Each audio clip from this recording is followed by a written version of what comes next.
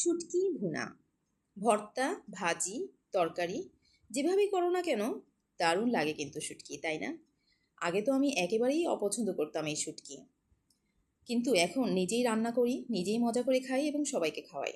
আসসালামু আলাইকুম ভিউয়ার্স, কেমন আছেন সবাই? তো গজার মাছের শুটকি এসেছে আমাদের ঘরে। আমার বড় দুলে ভাই লন্ডন থেকে এসেছিলেন, উনি সিলেটে গিয়ে ৩,০০০ টাকার শুটকি কিনে নিয়ে এসেছেন। তো আমাকে বললেন, রত্না তুমি কি খাবে শুটকি? তো আমি ভাবলাম হ্যাঁ দুলা ভাই দিতে পারেন। তো উনি দিয়ে গেছেন, তো ওনাকেও খাইয়েছি। আর আজকে আমি আবার নতুন করে শুটকিটা ভুনা করলাম। তো এর আগে দুইবার করেছি, আপনাদের সাথে সম্পূর্ণ রেসিপি শেয়ার করতে পারিনি। তো আজকে ভাবলাম একটু শেয়ার করি।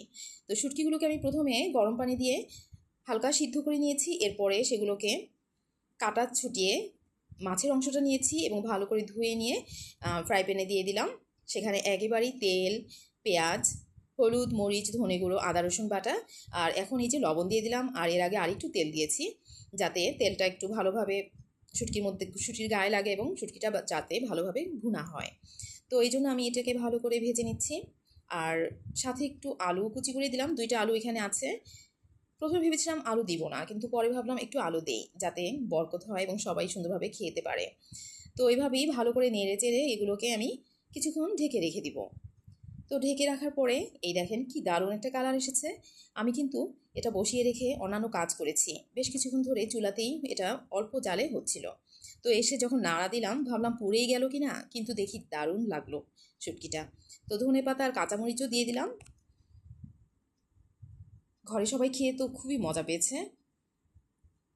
আমি তো শুটকি দিয়েই সম্পূর্ণ ভাত খেয়ে নিয়েছি।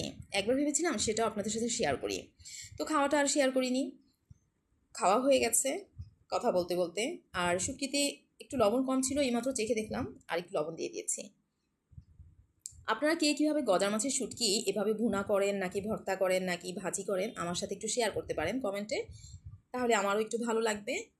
কেননা আমরা তো প্রতিবেশী, আমাদের যা কিছুই আমরা করে থাকি সব কিছুই একটু শেয়ার করলে কিন্তু মনে হয় হ্যাঁ আশেপাশে সবাই আছে এবং আমার ভিডিওগুলো দেখছে, এবং যদি কারো ভালো লেগে থাকে হয়তো সে ওই রেসিপিটা ফলো করছে।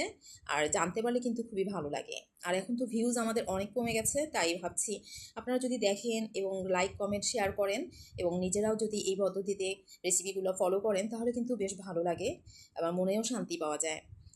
তো কেমন লেগেছে আমার ভিডিওটা আর শুটকি ভুনোটা কেমন লেগেছে অবশ্যই কমেন্টে জানাবেন। আপনারা সবাই ভালো থাকবেন, সুস্থ থাকবেন এবং সুন্দর সুন্দর ভিডিও কন্টেন্ট বানাবেন, শেয়ার করবেন, আপলোড করবেন। ইনশাল্লাহ আমরা অবশ্যই আপনাদের পাশাপাশি আছি এবং আপনারাও অবশ্যই আমাদেরকে সহযোগিতা করবেন।